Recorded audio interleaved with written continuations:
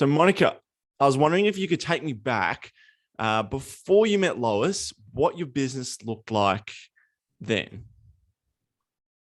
Well, I think I was kind of all over the place, and I was looking for someone to help me, kind of zero in on what my real priorities are. And I was struggling a little bit with sales and marketing, not really getting people into my list. And so I met Lois, and I really liked her right away because she's from the Midwest, and I just connected with her. And I feel like she had something that, she's very excited about what she's doing, and we had a lot in common, it turns out.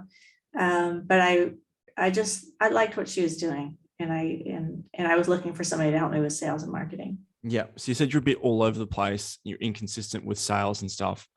Yeah. What did that look like? Was it a bit of feast, famine, just referrals, or what did that look like to you? Oh, it's a lot of ups and downs, and no consistent income. Yeah. Okay.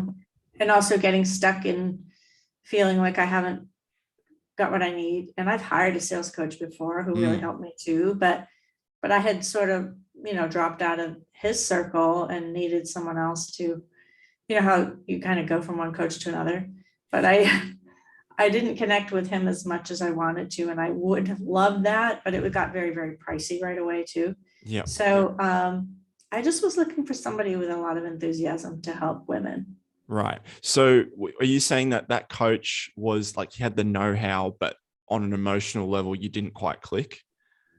Right. It was all about making the deal, and nothing wrong with that. It's just his energy was very much sales, which I needed. I totally needed it. And yet it became very, very expensive after working the first 3 months with him. And I wanted to continue, but I realized I didn't have the income to justify it. And right. It was one of those things like, well, if I sign up, then I probably would generate it, but I didn't really connect with him on a heart level. Okay. So it sounds like he got you on the right track, but the return on investment wasn't fast enough in order to see it follow through. Is that correct? Well, I tripled my business in the month that I started with him, but then I had other things I wanted to do. So I did pay off in the beginning right away, but I have this thing with consistency. What's like that keep thing? doing it. I have it's hard for me to keep it going, even though it's going well. There's a part of me that holds back. Even if I have a great couple of months, it's like, okay, but I don't want to keep doing that. You know what I mean? Even though I do, there's a part of me that just, it has to feel right to me, what's being taught to me and how to move forward. And I don't know, I was struggling with that. And I was writing my book too. I was writing my book, and he was like, well, you don't need a book. You just need to keep making sales. And I'm like, no, you don't get me. I've been writing this book. I need to write this book. It's important to me. So, it sounded like the values, like at the start, he got those results, which were cool, but then like the continued values was a bit out of alignment. Is that right? Yeah, I would say that. Yeah. Okay. And just for the record, what did you start with this first coach in terms of revenue, and then what did he help you scale to? Oh, so I was doing like 5,000 to 7,000, 8,000 a month. And then, I tripled that in 1 month. So I had like a $25,000 a month. Yeah. And so it was really great. And it was pretty cool because these people were actually in my circle. I just wasn't making the sale. You know what I mean? Yeah. So it helped me to get myself, act much more active and much more in a position of being powerful within myself. Yeah. Okay. So what was that catalyst? So you said before, sometimes when you have a bit of that momentum, you personally hold back a bit. So what was that catalyst for you to find someone like Lois as your new coach? Well, I really liked her style. I liked that she was kind of, this was something that she was extremely enthusiastic about, and that I didn't feel like she was like going into the 7 figures yet. Like she probably maybe now she is, but I have this sense that she was driven and motivated by helping people, and it just really, I just resonated with that. Because I sometimes see like success, not always in financial means, but, or measure it financially, but measure it in terms of how much impact I'm having. And so I kind of felt like that's where she was. That's, you just kind of connect with people and you can feel like they're on a roll to help a lot of people. And she's Yeah. very much, we really aligned with that. Yeah. Yeah. So how did you get that? How did you get that feeling? Was it through like her podcast, her lives, her content? I'm curious to Yeah. know. Well, we were in a coaching call once a week, and it was really good to hear what she was saying and, and what she was offering to people and just how she was doing it, like how she was coming from Service. not even having much of a business to really creating something really powerful within a year or two. Right. Really Yeah. So you really resonated with her personal story. Plus, it was the fact that you could tell that, maybe she wasn't like 10 steps ahead of me, but she was a few steps ahead, and she was really passionate about helping people achieve that same vision that she had for herself. Because she's got a family, right? She wanted to create a bit of vision for her family. That sort of. Yeah. And she went through a lot of, turmoil to get there. And I resonate with that, like what we have to go through to get here is pretty amazing. And because of her honesty about that, her vulnerability, and how she had to really do a lot of the deep inner work on herself, which is what I do. I help people with their mind, and also, healing the trauma of the past.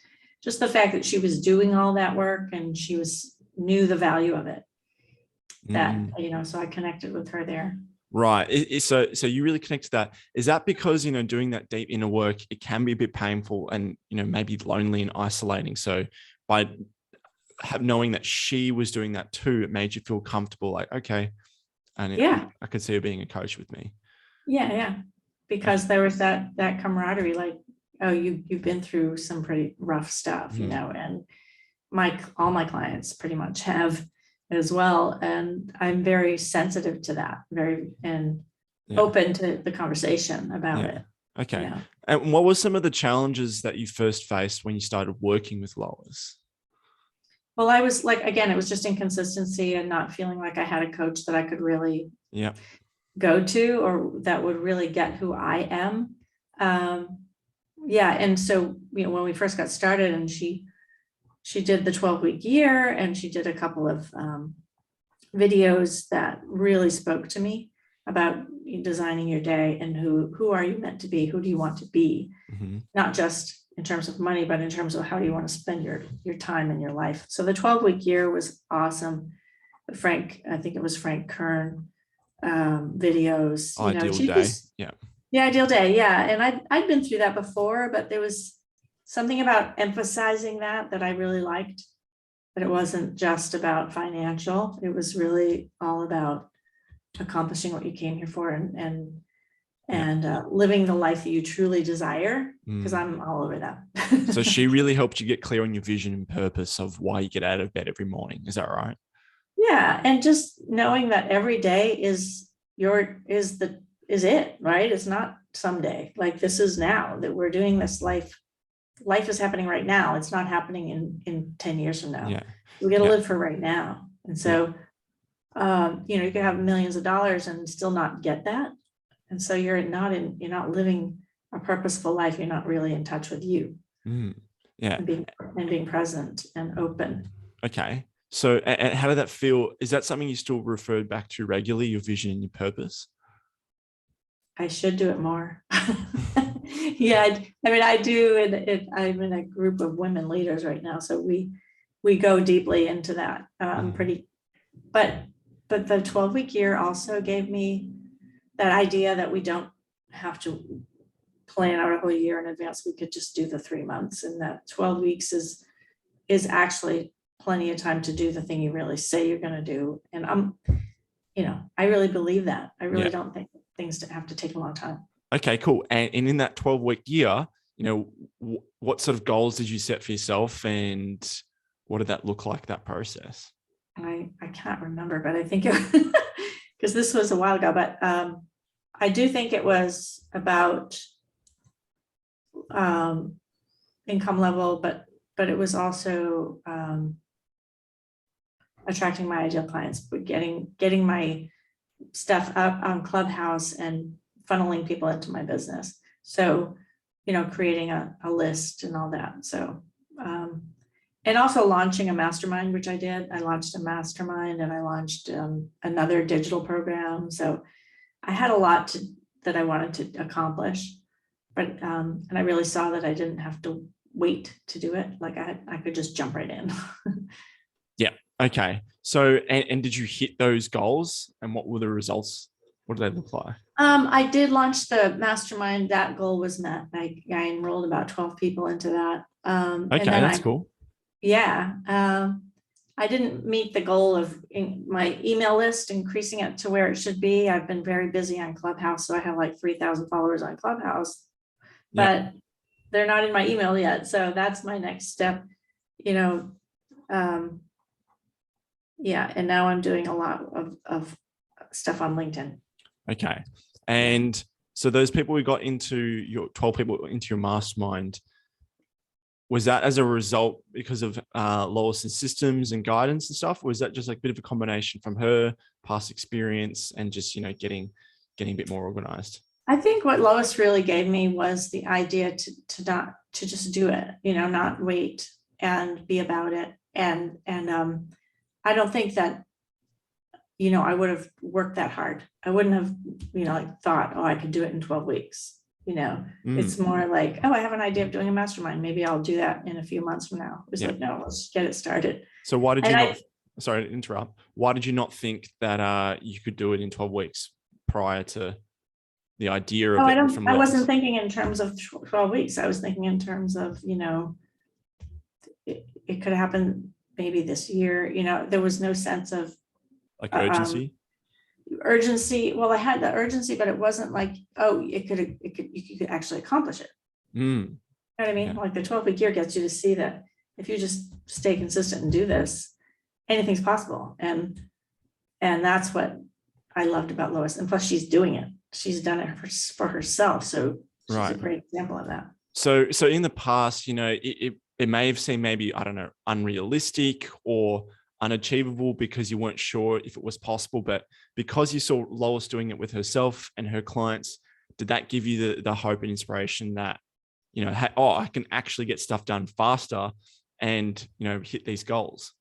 Yeah, absolutely. And I think that because she emphasized that so much in her program, or that it was a part of her program, the 12-week year, that it made me see that there's no need to wait. Yeah. And how does that make you feel now? Like, are you applying that same? Yeah, I'm still in a 12-week year. I haven't finished the book. I have it on Audible, but I do like the idea of it. I'm also in another program that teaches the same thing, like to step out of your fear and just go for it, and as you're doing this, you don't have to, you know what I mean? Like, get out of your head and just go for it. Just do these things. Take action, take action, take action. Yeah, exactly. And I'm not doing everything the same way that she is, but I'm doing what is in my wheelhouse to do. Okay. Yeah. And so she mentioned that one of the key things that she talks about is commitment and accountability inside of a program. Do you think that's one of the reasons why you're able to just, get stuff done and get results rather than just promising yourself that I'll do it one day? Oh yeah. Because I don't do that. I might have ideas, but I don't. I'm an action taker. I don't know if you know about the human design, but I'm a manifesting generator. So I'm always manifesting, always generating, and I can go, and then I crash and sleep. But I don't have, I'm not a thorough planner. I just do things. And then I have to take breaks because I'm very active. Okay. So that's actually really cool, like superpower. So you're not afraid of action. Like a lot of people don't take a lot of action, but but sometimes you take so much action that you just don't know where you're going, what's the next step. Maybe do you get is it like an overwhelm, or like why do you feel like the planning has really helped synergize your superpower of taking lots of action? I think you have to know where you're going. Like, you have to have a real goal. Like like if I set a goal for, say, an income goal, and I set that, I know I can get there. I may not know how, but I know it's possible. Okay. So, well, for me, it's like seeing that you don't have anything in your way except you. I work in the mindset all the time, so I know this is a fact. Nothing is really stopping you except your thoughts and your beliefs about yourself. Yep.